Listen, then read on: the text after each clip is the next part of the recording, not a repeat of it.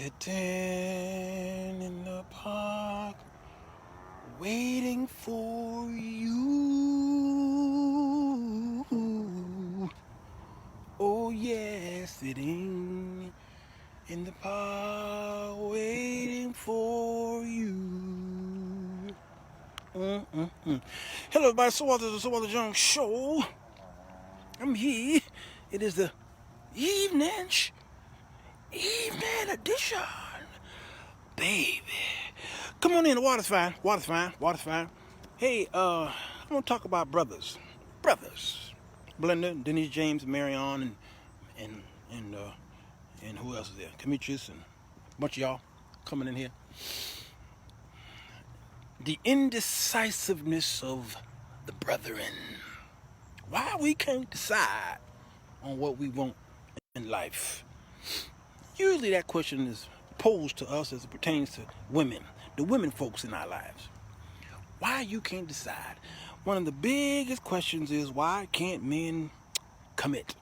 The commitmophobic brethren. Why? Why? And the question is always why, or can he, or does he make his decisions and he just can't tell you? Now, ladies. You've heard men say, it ain't you, it's me. And then your response is, we've heard that one before. That's just a cop-out. That's just your defense mechanism. It's an all man that's been birthed in them. That's how they come out of this. It ain't you, it's me.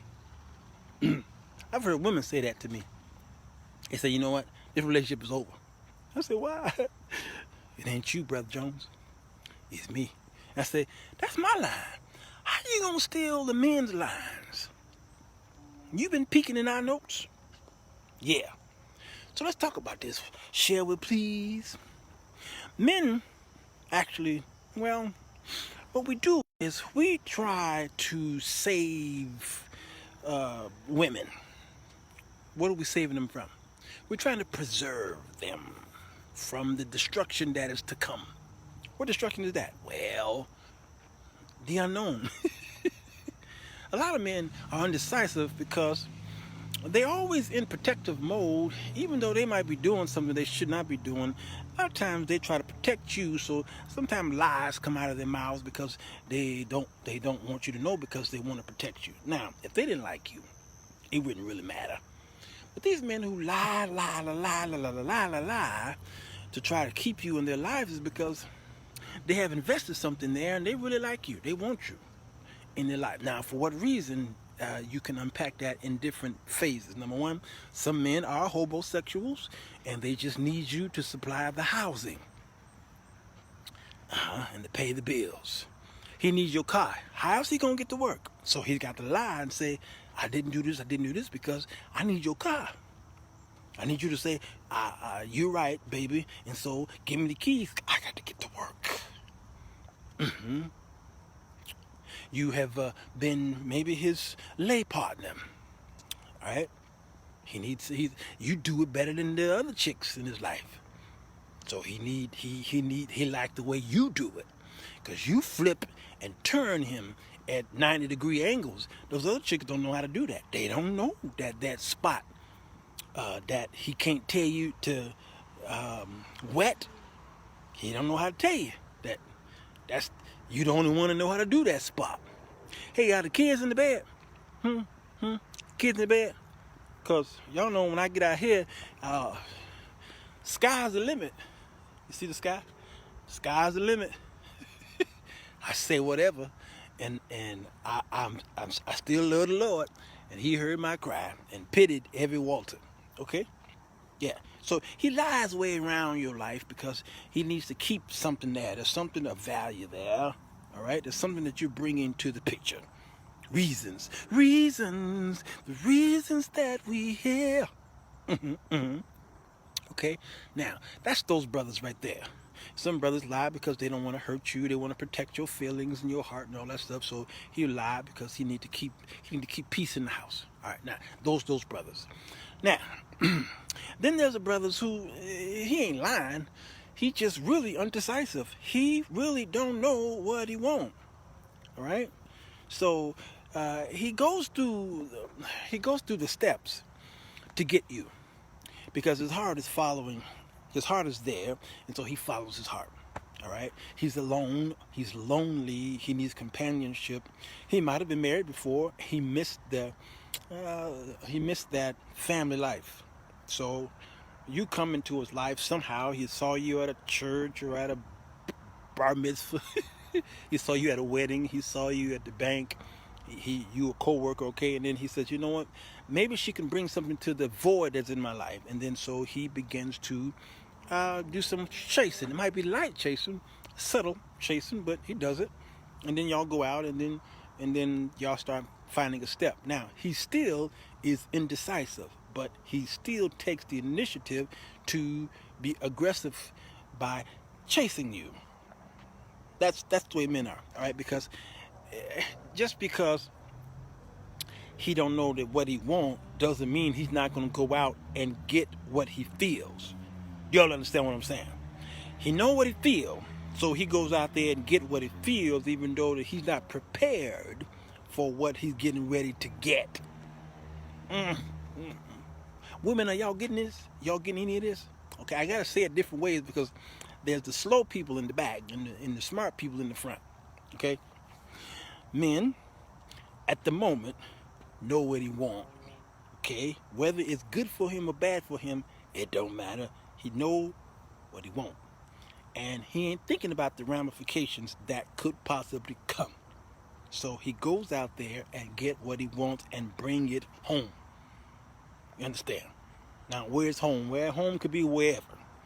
And then after that high comes down, reality sets in, and then he's trying to figure out, how do I get rid of this thing that I only wanted temporarily?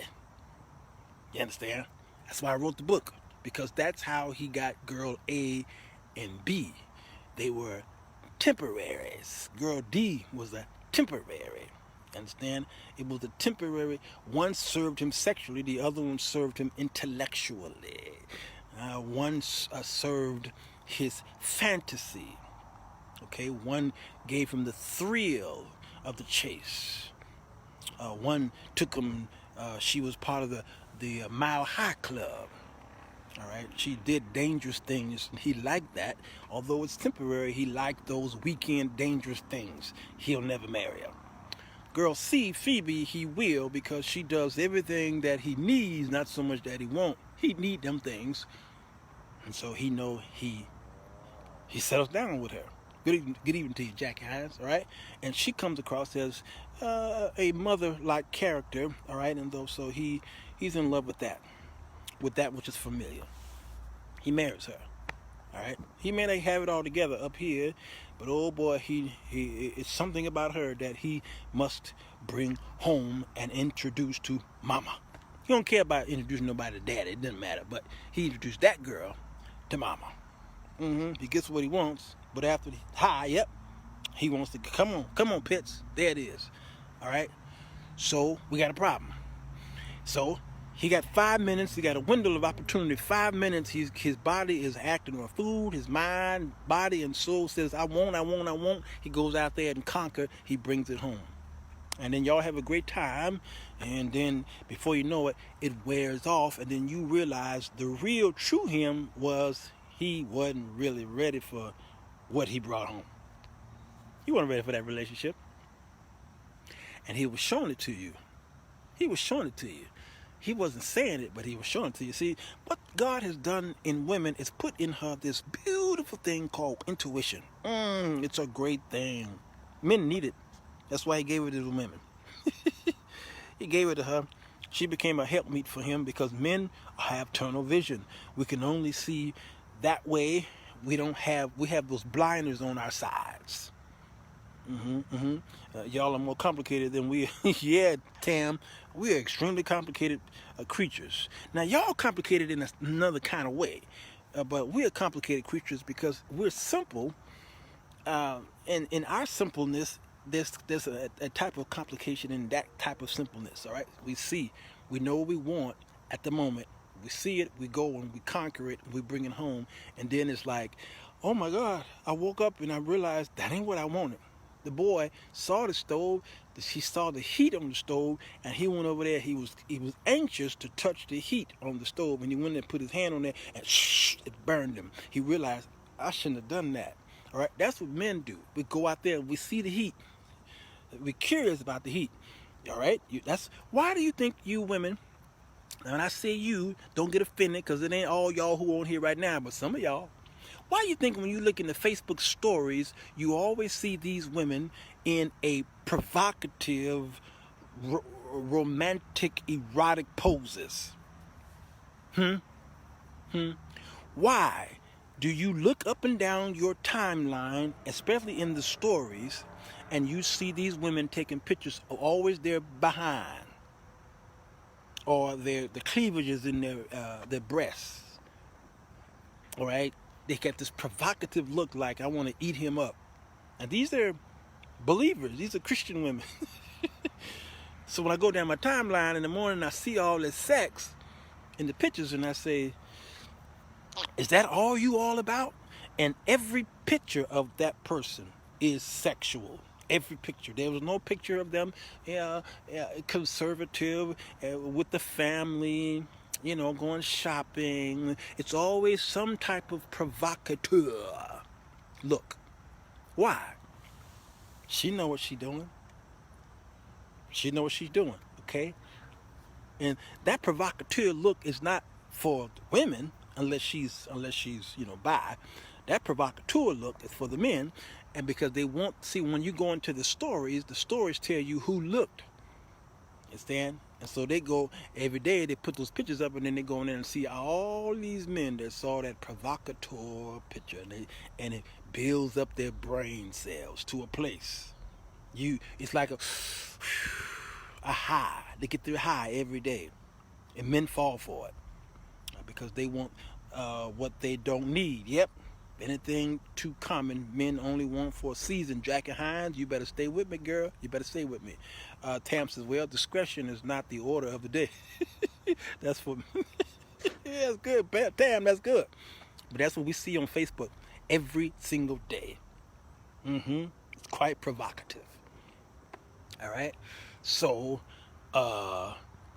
men, we go out there and we see what we want.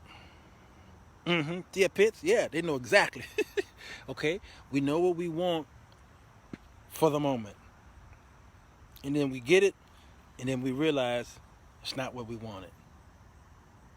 Now, why is that man that way? It didn't happen overnight. You got to understand that something happened in this man's life that either he don't know what happened, he don't remember what happened, he can't tell you what happened. All right, so you, the lady, have a responsibility then, all right, if you're tapped into that gift, all right? You don't have to be so gifted, all right, because again, God put that thing in you, all right, to know, to read men, to understand men, and to be able to counsel men, because men do need counsel from women. They may not always want to accept it, but there are ways to get into the man's brain without him knowing you got into it. My mother was good with that. She made my father believe that he fixed the problem, when I know for a fact I was there when my mama fixed it. But at the end of the day, she made my daddy believe that he was the one who fixed it. My mama was the smartest, most wisest man I know. And he walked around the house with his chest all out. Look what I did. And I looked at Mom, I said, good looking out, Ma. Who was that? That's the virtuous woman. Proverbs 31 woman. She does things, okay, to bless the house.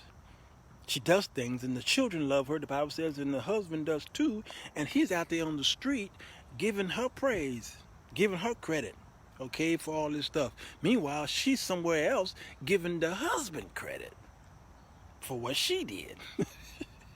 That's a wise woman. Okay, so you ladies are in the man's life, and you're supposed to see, now you was one way when we met. You seem like you got it all together. You wanted this, you desired this. You're all of the moon and the stars and the evolutions all lined up, Jupiter and Mars lined up, and it felt like this was This was it. Now you're telling me 3 months later, this ain't what you want. Well, maybe he was showing you that for the 3 months and you was ignoring it. You didn't want to see it, or you were blinded by the love factor and you didn't see it. Okay, I can't blame you for that. Can't blame you for that whatsoever. You're human like I am. And we see things, but yet we don't see them. I can't blame you for that. We all have that flaw in us. We just got to put a name on the flaw. All right? But then there are women who are early in a relationship. They know something ain't right. Something ain't lining up. Something is not. His curls just don't go all. Yeah. And so you got to be able to talk. Bring it up. Discuss it. Because your life is at stake. Your relationship is at stake. Pretty much what I'm saying. So when you say, I ain't going to tell him now. I'm not going to tell him now. 9 months go down the road. He don't get better. He get worse. Feelings are deceiving. Come on, pets. He don't get better, he get worse. It's like a person with mental illness. You think that they get better with time and with age. They get actually worse if it's not treated. So this man who's going through a battle of loneliness, he's got a woman in his life. He don't know what to do with it now. He don't know how to tell her goodbye because he don't want to hurt her. He always want to protect her. All right? He's too timid to tell her that because he's afraid that she's going to attack. Then she's going to expose.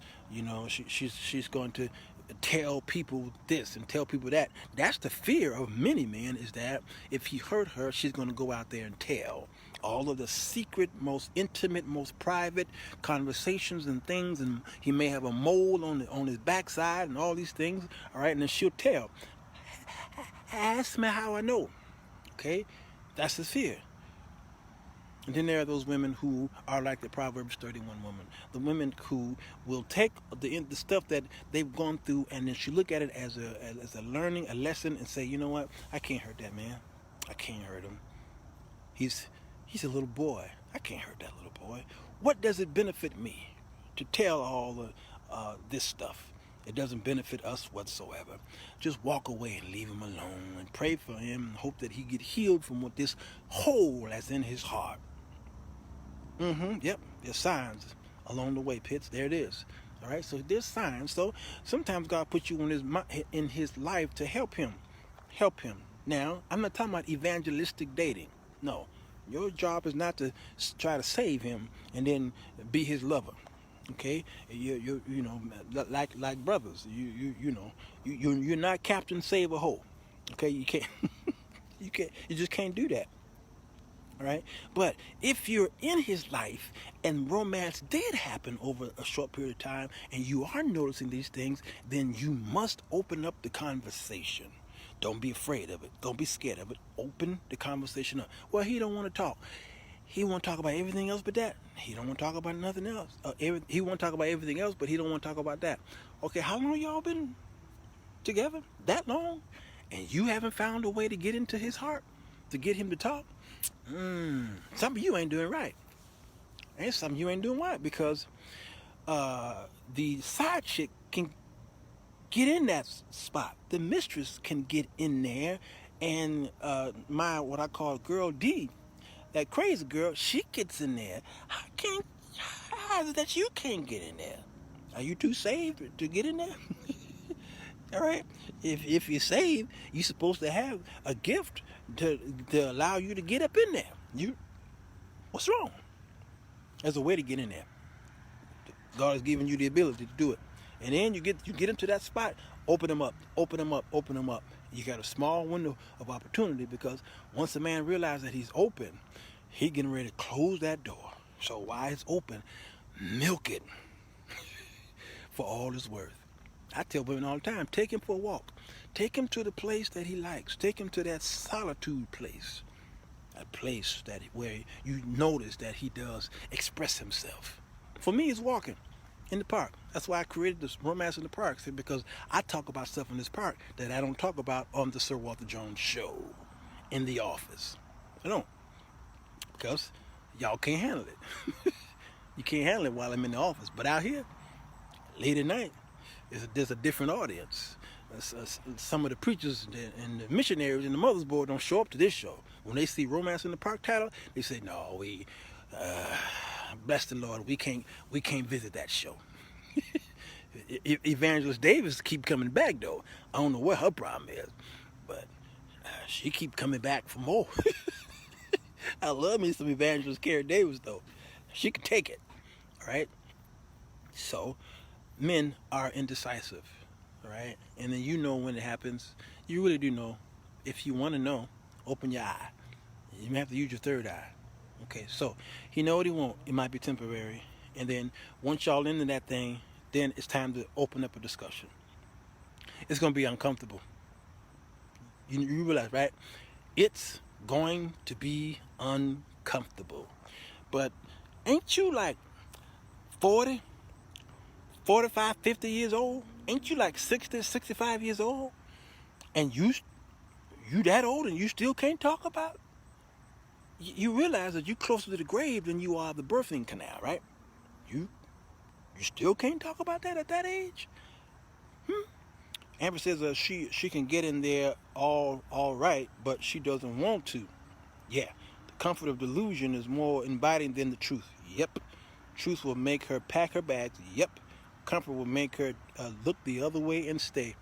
Yep. That's it. Do this dress make my butt look big? You want him to answer, but his answer ain't gonna be right. Men tell you, don't ask me that question because I'm gonna tell you the truth. Yes, that dress make your butt look big. Why are you offended? Why would you ask me this? I gotta tell you the truth. Now, if you ask Sirwalterj Jones, I'm gonna tell you that dress makes your butt look big. Maybe I like big butts, and I cannot lie. Tam says, most men's love language is words of affirmation. And you should tell him he looks good. Yep. Compliment him. Yep. Say thank you. Yep. Let him know you appreciate him because that other heifer will do it. Tam, you got something to tell us? You got something to tell us? Tam is on top of it. I keep telling y'all, it seems like the men who cheat on their women, they go right next door to the woman who's doing the cooking. So you stop the cooking. You stop the rubbing his head and rubbing his back. You stop the intimate talks, okay? You stop buying him socks, okay? You stop buying him a bottle of Jerry Curl juice, all right? You stop doing those things. You used to do those things, but you don't do it anymore. The girl next door or the missionary at church know that you stopped doing that stuff. She sees that he's in need, and then she speaks to this man's heart. The way to a man's heart is not through his stomach. All right, feeding him all day ain't gonna do it. But the way to a man's heart is through his chest. And she, the girl next door, makes him feel like a man. And then she discovers a little boy in him, and she goes tickle, tickle, tickle, tickle, tickle, tickle. He goes, okay? You don't do that no more. Why? Have you graduated? Fear on both sides is set up. Yep. Yep. That's good, Pitch. That's good. Both men and women need to step out of familiarity. Jackie Hines, that's good. That's good. Yeah. But he said, why she got to be a heifer? Lord Jesus. Okay. This is good. Y'all helping the people out. Y'all helping the people out. All right. So he's indecisive. He don't know what he wants. And you in his life. So what are you going to do? Are you afraid of the truth, like Amber says? The truth is there. Or do you take a comfort seat and not bring it up? See, then now it stretches your relationship further and further and further. And I know people who have been literally engaged for 10 years. Engaged for 10 long freaking years. Why? Why don't y'all just be lovers? Why don't y'all just shack up? Why get engaged and then stay engaged for 10 years? That right there don't make any sense to me. Why propose when there is no plan? All right? For the 2 times that I did propose, I had a plan. I had a month. I had an idea what I want to do. When I realized this is what I want to do with the ring, then I says, I'm gonna do this, and then I want to be married in 3-4 months. All right, that's what. So the games we play, I just don't understand that. I guess I'm too old school for that. Okay, or I sure did put a lamb in damn, you get on my nerves. And I ain't got but one left. You sharing too much, but Arnett, Elder. Yeah, I'm trying to tell y'all, that's too long. It's too much. All that engagement stuff, long engagements. No. All right, now, Man, it's tough, y'all. It's tough because you can't just give medicine to 10 people because they all 10 of them got the same ailment and you give them the same medicine. It may not work. Their immune systems are different. The way they heal is different. You just can't do that. And sometimes we give advice to everybody. All right, the same advice to everybody. It may not work. All right, I'm me, Sir Walter. I'm different. I'm just different. Okay, I don't always know what I want. As in control as I am on the Sirwalterj Jones show, when I sit in that office and that microphone is sitting in front of me, when I hit the record button, you best believe I know what I'm going to say. Even if I did not write any notes, and most times I don't write notes. I come out of my head. God has given me witty invention. He have given me the wisdom to have the gift of gab, and I'll talk for 2, 3, 4 hours straight, and there's no notes. I know how to talk. I have 50 something years of information that I can talk about, and I will keep you there locked. I don't lose too many people when I'm at the office. If it's 100 people watching them, 100 people gonna watch for a while, and the number might drop 2 or 3, but it ain't gonna drop 10 and 15. No, they stay there because they realize that I know what I'm talking about, and I make sure I try to help the people with something that maybe they didn't hear, they never heard it before, or they be reiterated on it. So I'm certain of the information that I have because I have tried it, I've tested it, I researched it, and then when I go live, I know for a fact what I'm talking about most times. Now, but when it comes to Sir Walter Jones's heart, jacked up, jacked up, jacked up. Y'all understand what I'm saying? Jacked up. And it's in that area where God brings in the right woman to try and do something with that, because that's the area where men like me need help. The giants of this world, these great kings and potentates, okay, and these celebrities and those who have high influence. Influence, all right, these people got it all together. They're great actors, they're great scientists, they're great producers, okay, but when they go home, they jacked up. They jacked up, and y'all know they jacked up. And the women who the roadies and all these other, the women know they jacked up, and that's why they keep falling. Because the women sitting in the church with this short skirts on, sitting on the front row, waiting on pastor to look at her with that eye. She in bed with that man. It don't take long. Why? Because she know he jacked up. Oh, he can preach the gospel, and he know how to properly he can dissect the scriptures with great exegetical terminologies, okay? And he knows all of the hermeneutical, all these translating pericopes and all this stuff, okay? He know all that. But as soon as he leave the pulpit and go home, he jacked up. He's lonely. He sleeps in one bed and the first lady sleeps in another bed. They hardly see each other in that house all week. Uh-oh. My connection got bad, okay? They don't see each other. Yeah, Bridget, be quiet. Yeah, they don't see each other. Why? I don't care how powerful these men are. Catch them when they're alone. They jacked up. So, the Lord has placed women in their lives for a reason. Now, when you get to that man who's broken, who didn't have a father, and if he had one, his father never said, I love you, son. He never showed him the way, the truth, and the life. He raised himself, okay? When you find that man, I don't care how powerful and anointed he is, you got to know how to talk to him. And maybe you ain't the one. So you can't keep trying to save him, because you might not be the one. If you're having that much trouble with him, maybe you ain't the one. Man, just a mess. That's crazy. That won't be my marriage. I'd rather be single. Dana, you speak for many women who say that, but they don't. But then they back in the saddle again. Some women see with their eyes and not their heart. Yeah, come on, Jackie. Come on to the Jackie. That's exactly it. So you may not be the one. And once you realize that you ain't the one, what you gonna do at that moment? Are you gonna try and fix it? Because you know you can't be trying to keep preparing men. You may not be the right one to prepare him. My pastor sent me to a psychologist when my marriage was on the rocks. He realized I ain't the one to prepare this man. Ain't you my pastor? Yeah, I'm your pastor, but I can't help you in that area. Go down there downtown. He realized I can't help you. And I thought that was the wisest thing I had ever seen.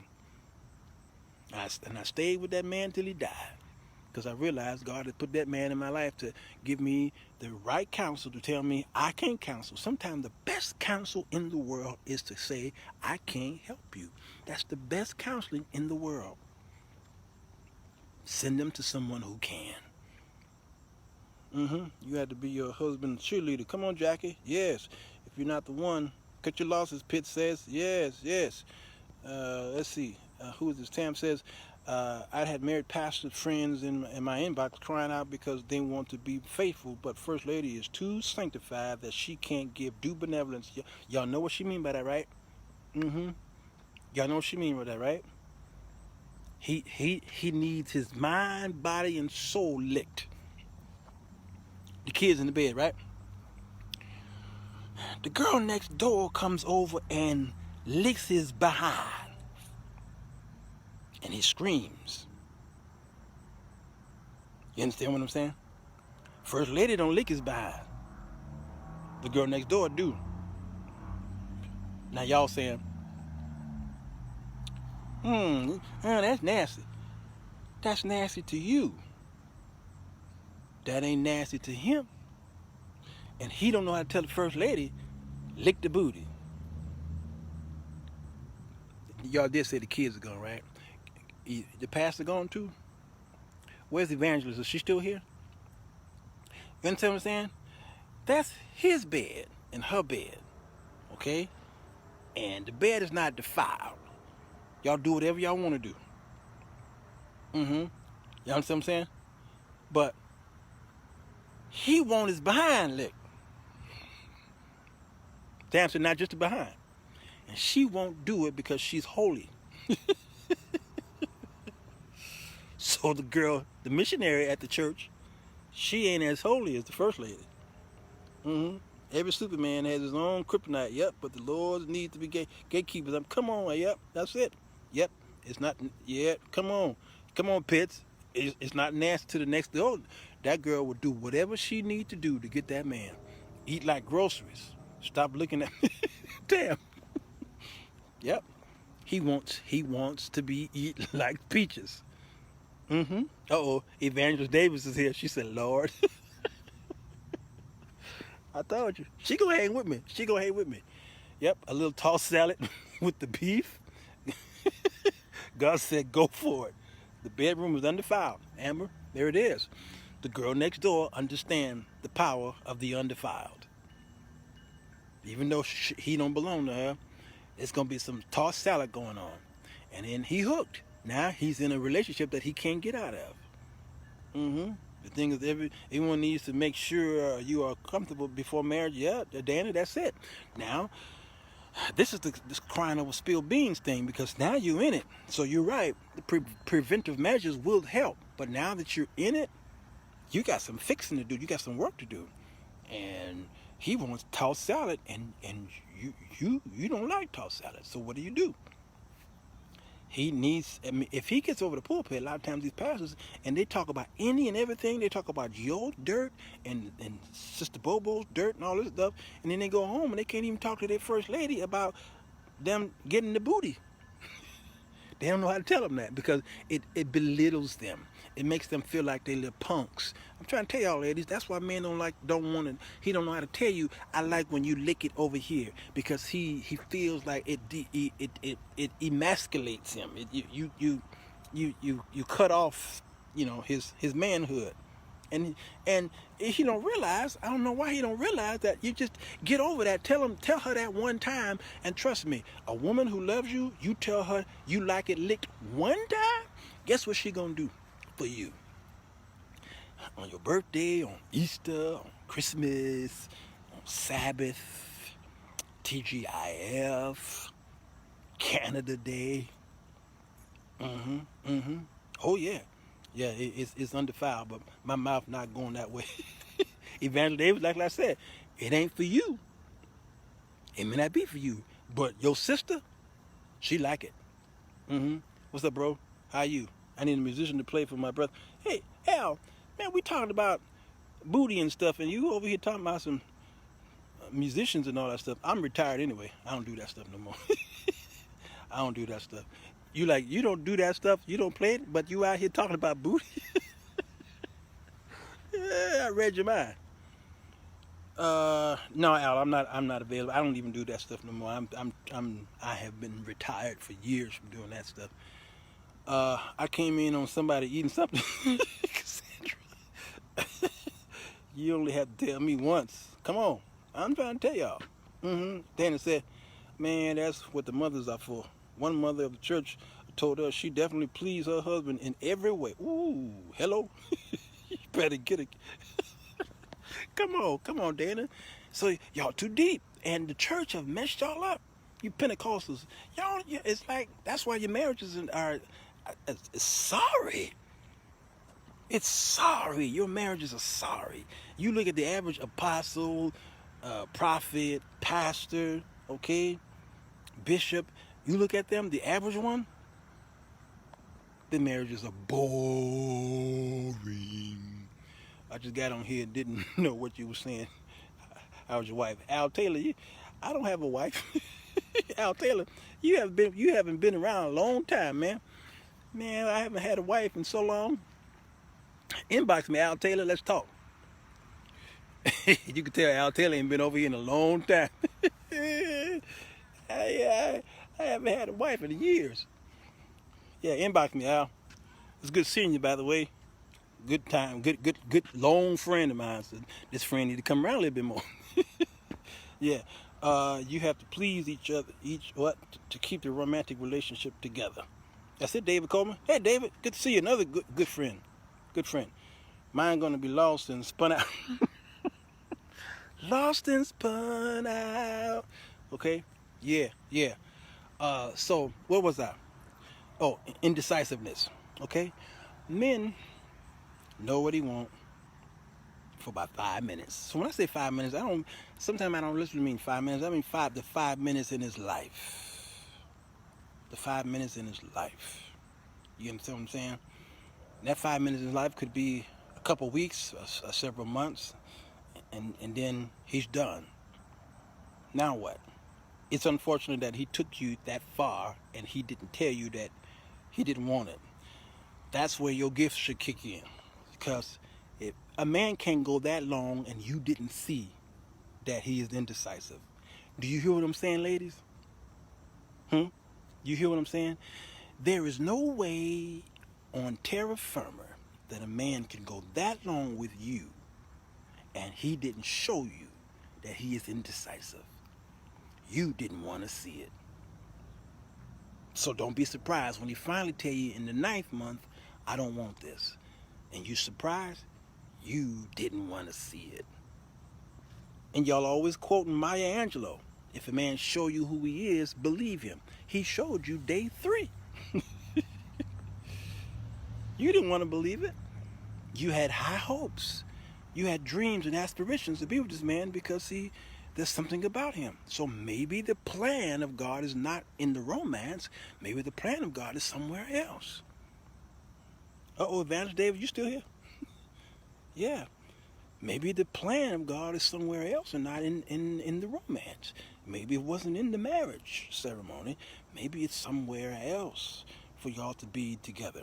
And I think sometimes we put the cart before the horse in a relationship because we come together and maybe we're supposed to come together on business and in ministry, and then somebody falls in love or fall in like or just fall because they just want sex. And that was not the plan.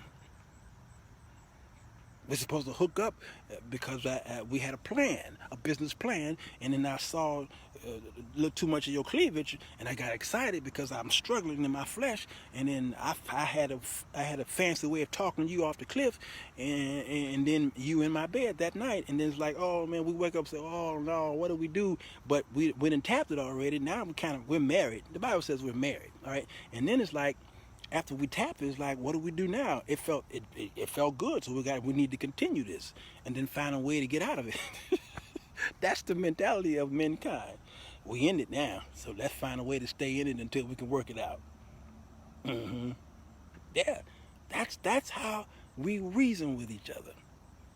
We do. And then there's those people who know what they want. We're just gonna be friends with. All right. When you come to that conclusion, that's what we're gonna be. That's what we're gonna be. We're gonna tap it and go out to eat. Tap it, go out to eat. But at least be honest. Again, my book, The 4 Women That Men Desire, is not about what is right. It is what is. It's what is. At the last chapter tells you what's right and what's wrong. But the first 6 chapters tell you what is. And the problem is y'all keep trying to fix problems before you realize what is. Okay, I'm gonna help y'all, ladies. If you ain't heard nothing I say, let me help you. Let me help you. Let me help you. Let me help you. Okay, this gonna be free. I don't even have a way to put my CashApp up there. I don't know how to put it up here. One of y'all can put it up there. All right. Let me tell y'all. Let me show y'all how this works. Okay. The problem is, when you're in a relationship and you're trying to fix a man, you're trying to fix him. Many of you try to fix him your own special ways. Okay. Whether it's subtle or whether it's hardcore fix. All right. And you're trying to make him right. But the problem of trying to make him right is that you don't know what is yet. Y'all understand? Bridget, I'm trying to help you. You don't know what is yet. You don't know what the makeup is yet. You don't know what he is of yet. When he goes to a psychiatrist or a counselor, the counselor lays him down or have him sit down. He grabs a pencil or a pen, Delonda, and the counselor asks him not about what's going on with you right now. The counselor asks him what happened to you at the age of 15. Can y'all tell me why I walk?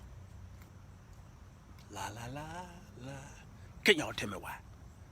Why do the counselor takes him back to his early years in life? Why?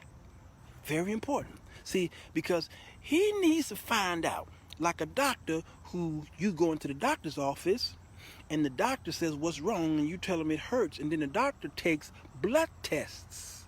Why? Go in the house for some woman. Ella McGee. Can y'all tell me why?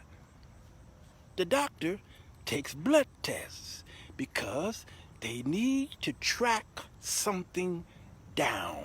If you ever watch House, that show called House, was my favorite show for many years. House. He was a master because all the people in his room was telling them, trying to figure out what it was, what it is. But House, what he did was he made his workers go to the patients' apartments and their homes and go look around, go look in the refrigerator. Now you ladies know how to snoop around. Come on, Davis, past hurts. Tam says, because of triggers. Yep, Oliver says, because your current is associated with your past. Come on, Dennis says, some have never seen good marriages or relationships and they are broken, yet they don't get fixed. Yep, yeah, that's it. So the counselor asked me what happened at the age of 15. And I'm like, okay, why is he going way back there? I said something that triggered something that happened in the teenager's life. Yeah, shut up, buddy. It's in the early years that he developed his mentality surrounding the pursuit of women. Bam. Pitts. That's exactly it. So when he took me back there, I started then sharing stuff that I had forgot. I had suppressed some of the things that happened to me. I had forgotten that I was the middle child. I had the middle child syndrome. I had forgotten that girl is the one who took my virginity. All right, and she didn't really take it. I gave it to her, but hello, all right. I remember that teacher in my freshman year of college. That teacher hitting on me, and he was a man trying to molest me. I'm 18. I'm like, I'm a grown beat man, boy. Why you trying to? You can't be trying to molest an 18-year-old man. I will whoop your. He filled up on me, a teacher, okay? And I had to remember that stuff, all right? And those things can cause men to react a certain way. And then there is the relationship between the father, all right? I had a strange relationship with my father, okay? I love him today, but my father was only trying to raise me the way he was raised, and he thought how he was raised in Mississippi, he can do that in Chicago. It wasn't working. It's in the experience and the influence from the past. Yes, it wasn't working. My father, I'd never heard him say, I love you. I never got that from my father. My father was a great man, but he didn't know how to say, I love you. I didn't know he didn't know how to say it. Y'all hear me? He never said it. The only time I heard my father say to me or any of my brothers that I love you is when he was beating us. Now you know, pow! I'm doing this because I love you. So what did I do? I began to anchor love with a belt.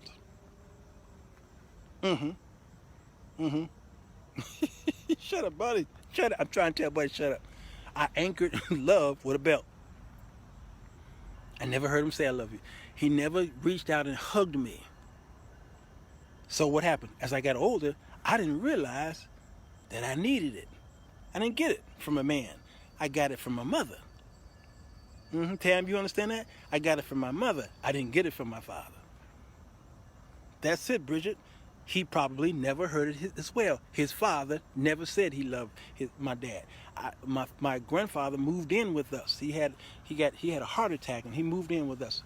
All right, and he lived with us for years, and I never heard my grandfather tell my father, "I love you, son." Yep. Never. So what did that do to me? It made me search for it. So when I became an adult, I heard a man tell me that he loved me, and I got scared or nervous because I said, don't no black man love it. He don't say that. Black men don't say I love you to other black men. I said, that's nasty. We don't do that to each other. That's gay. Yeah, Buddy would tell you, Bishop Moody would say that to us and to his sons. I love you, son, I love you, son. And I would see that and I'm like, something ain't right with this man. Why is he hugging me like that? I don't know men hug men like that and tell you, I love you. So what's wrong with this man? I didn't get it.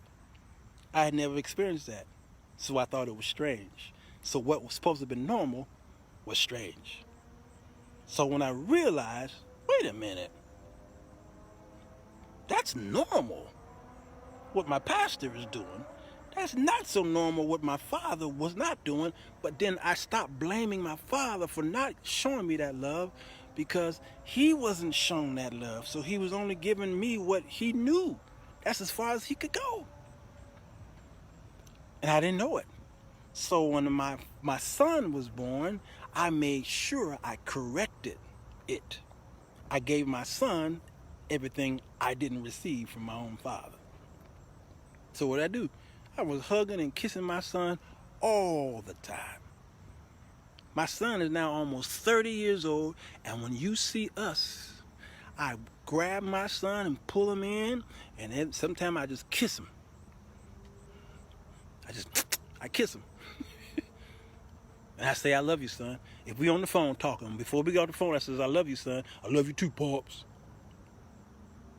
I didn't get that from my father, but I got that from my empty space. That's because a lot of fathers were not brought up that way. So come on, Sheila Ivory. Stay with me, girl. Yep, didn't know. He didn't know. So I didn't know he didn't know, and I didn't know that I needed it and wasn't getting it. So when I realized it, I began to pour it on to my son. Sure did. So my son got the benefit. Yep, I tell my kids every day, even though I didn't receive it when I was younger. Come on, Tam. Yep. So what did it do? What I didn't get caused my romantic relationships to be abused in a sense, neglected. Let's put it that way. There was a neglect there because I didn't know how to put all of me into my romantic relationships because I didn't get it from my father. And I keep telling y'all, to especially young men, all right, how you interact with your wife or your girlfriend or fiance has a lot to do with your father as much as it does your mother. Yes, it does. You don't think it is, but it does. I've talked to women who was raised up by a single mother, and she wound up going to law school. She became a successful lawyer, and she thought she had it all together until I met her and started dating her. And I said, your father wasn't in your life, was he? She was like, how you know? I said, because I could tell something's missing. She was like, oh, my mother did this. And my father was a deadbeat father. My mother became everything to me. And she raised me and gave me all the things. She worked 2 and 3 jobs to get me to law school. And look at me, I'm a successful man. I'm a successful woman. I got a great counseling private practice. And I counsel people from all around the city, blah, blah, blah. I says, are you done? She said, yeah. I says, something is missing.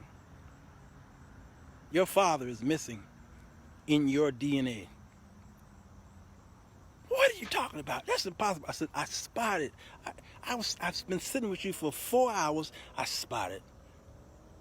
Your daddy wasn't there. You can make $100,000 a year. You can have a successful practice. You can counsel people from all over the place. But I'm sorry, you can't counsel me. You can't. Your father's missing. Because if you was that all together, then why would God make man and woman, husband and wife, put them in the home to raise the child? If the women could do all that, then why did he put all that effort in it? And it takes a gifted man to see you missed something. I could tell your father wasn't in your life because I could tell the way you talk to me. The way you treat me, it tells me. He wasn't there. And I realized the way I was treating mine, that my father was there in the house, but he was not giving me the stuff that I didn't realize that I was looking for. Y'all understand? I reunited with my father about 37 years ago, after 37 years, not seeing him. It changed. See, Tam says it changed my life after 37 years. Tam, we're going to take this on the road. Hey, bro, it's 12:15. Do you know where your kids are? Man, my kids grown. I don't care. But I do know where they are. Walter Jr. is in the house in Atlanta. I can call him right now and he say, I'm at home, Pop. Why you wake me? And Rebecca, right up the street, she at my house, rubbing that big old belly. Yeah. I left her on the couch. She got her own bed. I don't understand why she want to sleep on my new couch.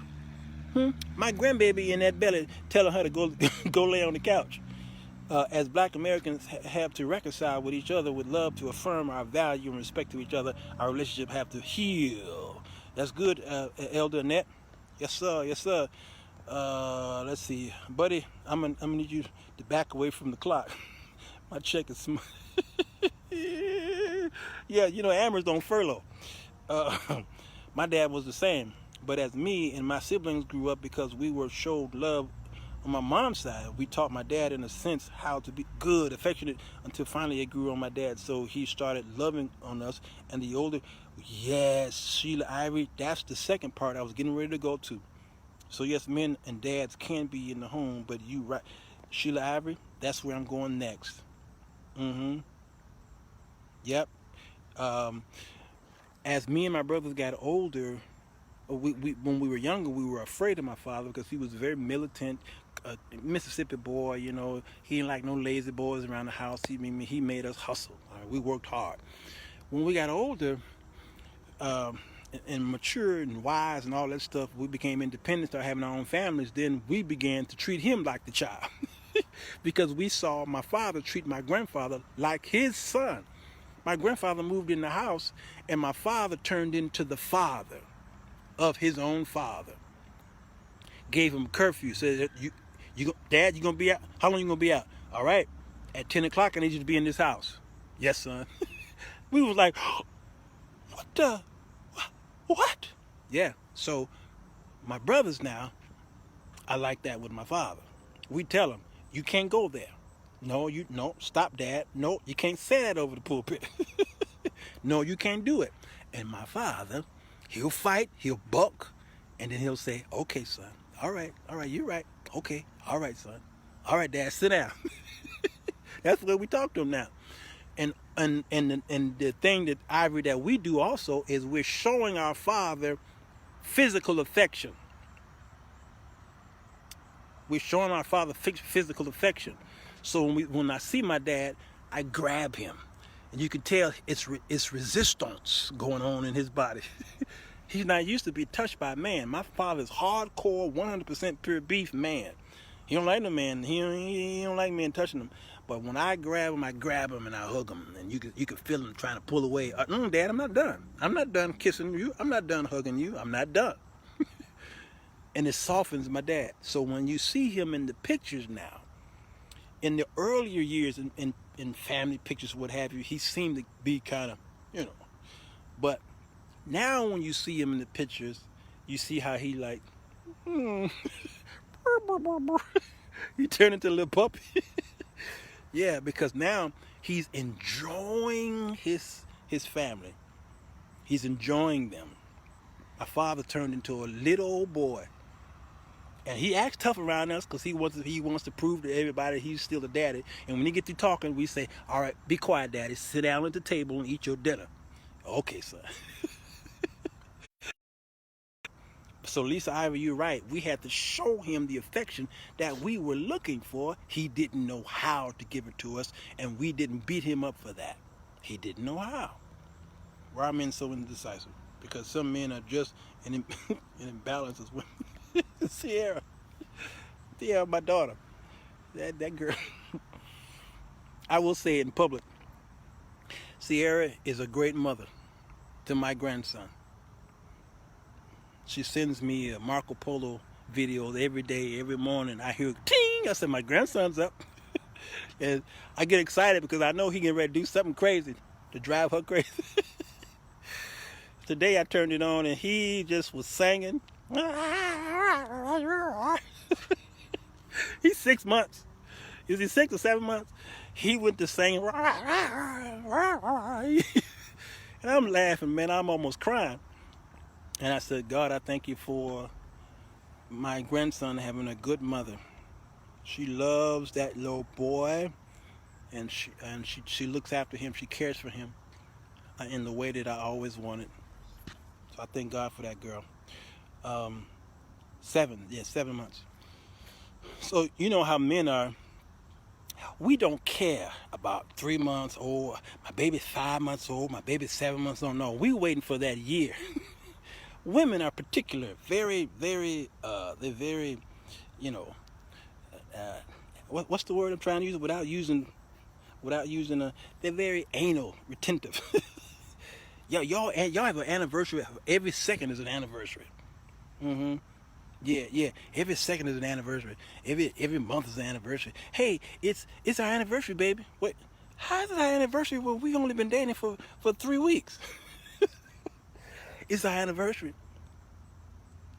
I just met you 3 weeks ago. Yeah, I know it's our anniversary because it's 1:30. Okay. And you wearing that blue. Okay. You see that bench over there? Yeah. Remember we were standing over there at 1:30 on a Tuesday. You was wearing blue. So did you write all this down? No, I remember that. What the? And this is our anniversary? Yeah. So am I supposed to remember this every year? Well, yeah. So, is another anniversary coming up? Yeah, probably in about 4 more months. What anniversary is that? When you when you first told me you liked me. So there's a like anniversary. Yeah. When did I tell you that? Yeah, so men don't care about all that stuff. 7 months old. No. Tell me when he's a year old. So that I get nervous about how old I am. But I bet he loves it. Yeah. I got to the point where he looks for that hug or even just saying, Dad, I love you. Real talk, a lot of men need to hear. Come on, Sheila Ivory. Yep. There's a lot of men who would love that affection from their kids. Yeah, amen. I love it when my son hugs me. It feels good for him to embrace me, and he tall. So I got to look up to my son. I got to get a ladder to hug my son. I love it. Your son and I don't have an anniversary. We just know how long it's been. Lord Jesus. Tam says, no, homie, I stopped at 12 months. You never catch me saying, oh, he's 24 months. Y'all are funny. Maybe we need to pick a day. Buddy, you still here? Because these chicks are crazy. Okay, y'all, let me stop and get out of here. My battery is telling me I got 20% battery. And sometimes this phone gets hot. I need a new phone, y'all. I think I wore out this little iPhone for a few years, and they know what they're doing. They know it's going to wear out after a few years, and they try to push you to buy another one. But I need another one this time because it gets hot. And I'll be on live and it's gone. All right, y'all. But yeah, as I close, hey, clock keeper, I know you're on furlough and everything, but you ain't tell me what time it is. Okay, can you tell me? Can you tell me how long I've been on there so that I can shut it down? Indecisiveness. Let me wrap it up. You know, y'all can help us more than you think you can. Oh, Tam said, let us walk you home. Oh, I ain't walking home. I am catching that I call the Sirwalterj. What? I've been on here an hour and 2 minutes? Really? Oh, I gotta go. I'm sorry, y'all. I ain't even know. Yeah, I'm catching the Sirwalterj over there. And we're gonna drive home. How about that? She on performance review. Yeah. Okay. Yeah. Listen, y'all. The brothers got problems. 99 of them. Don't you put those words in my mouth. They got 99 of them, and they just want y'all to help them out. That's all. We're undecisive. We are commitment phobics. All kind of stuff, and you can't just blame us for it. You're going along for the ride. You know it, right? You're going along for the same ride that we're on. We're both on the same ride. All right. So if you're not talking about it, then that's your fault. Okay. If you don't bring it up. Now he's telling you that I don't want this. Once he tell you this is what he don't want, and you still continue to be with him on your own accord, that's your fault, not his. Do you understand what I'm saying? He told you, I don't want it. All right, and you say, okay, I'm gonna keep coming around. That's your fault, because he already told you. Now, if he is not telling you that, if he's not being vocal about it, if he's not showing you that he's indecisive, then that's not your fault. You can't blame yourself for that. He's just a commitment phobic guy, or he doesn't know what he wants, or maybe he has some mental stuff going on, social issues going on. Maybe his past relationship just messed it up for a whole lot of other people. You gotta see all these things that happen, and then try to talk him into getting some kind of counsel. But he not gonna get any counsel if he don't want no relationship further on. If he said, I'm not gonna ever get married again, why would you want to get him counsel? He know what he want. He not undecisive. He decisive. He says, that's it. I done this 2-3 times. I ain't doing it no more. So what y'all gonna do? Huh? See, now you want me to work for you for free, Cletus. Come get your brother. Okay? So if he's telling you in your face this is what he don't want, and you keep coming around, well, you can't blame him for that. He did his job. He told you the truth. And ladies, don't ask the man for the truth and he tell you the truth and then you reject the truth, or you get mad because he told you the truth. If he tell you the truth and you asked it for it, accept it. Walk away, or y'all continue. Whatever it is that y'all call it, what y'all doing, then continue. That's between you, him, and God. Okay? But other than that, I'm going to stay out of y'all's business. Thank you, Charlotte Vista Harris, mother.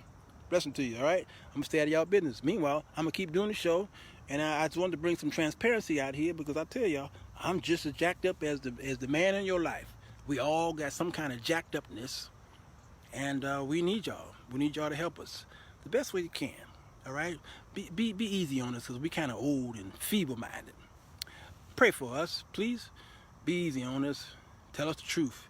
We don't like you to lie, because it don't help us at all. When you get older like me and you get smarter, don't lie to us. Tell us the truth. Just tell us. You saw us watching Pornhub the night before and you didn't want to tell us, but you saw it. Now we know, uh-oh, I got to put a lock on that laptop. All right, Pornhub don't do nothing for me. I used to watch that mess years ago, and then I woke up and said, now that's just so stupid. That's just so stupid. But all these women out here would love to flip for you. You're going to watch a computer. Go out there and find the women. And I said, no, I don't want to do that either. It's too many diseases out there. My motivation is, y'all are nasty. I ain't rubbing against, now Corona's here. That's my second motivation. First, you nasty inward, and then you got some crazy little mic going on up in this. I'm sorry. That's what keeps me at home. That's my motivation. Jesus keep me at home first, but all them pestilences and diseases and all that stuff, I'm sorry, I can't. And I'm not a gay man, so if you rub up on me and say, hey, let's go get some, I'm gonna tell you, I'm sorry, I'm not interested. Oh, you that holy? Well, no, I don't know what you got. I'm being honest. I'm just being honest. I don't know what you got. Start walking. It's getting. All right, y'all. I gotta go, cause I'm jacked up. Even out here, I'm jacked up. All right. And I'm gonna let y'all go to bed tonight. It's Friday night. You should be up anyway. This is the what y'all call it? The after party. That's a whole other subject. Be his Pornhub. Come, ooh, damn, I like you.